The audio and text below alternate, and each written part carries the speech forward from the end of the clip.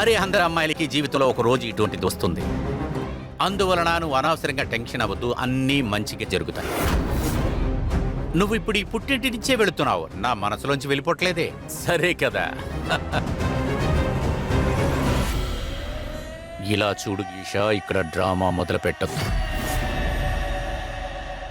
నేను అనుకున్నది జరిగి తీరాలి.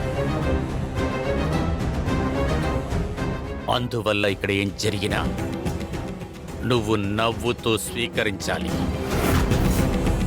ఇదే మన అందరికీ కూడా మంచిది. ఏంటి, అర్థమైందా?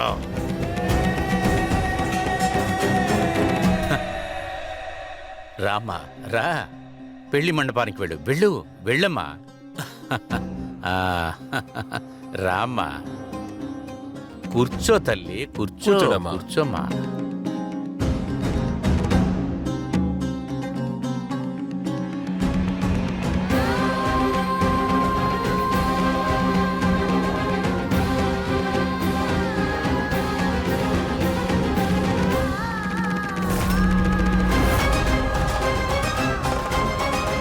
అంతా మంచే జరుగుతుంది.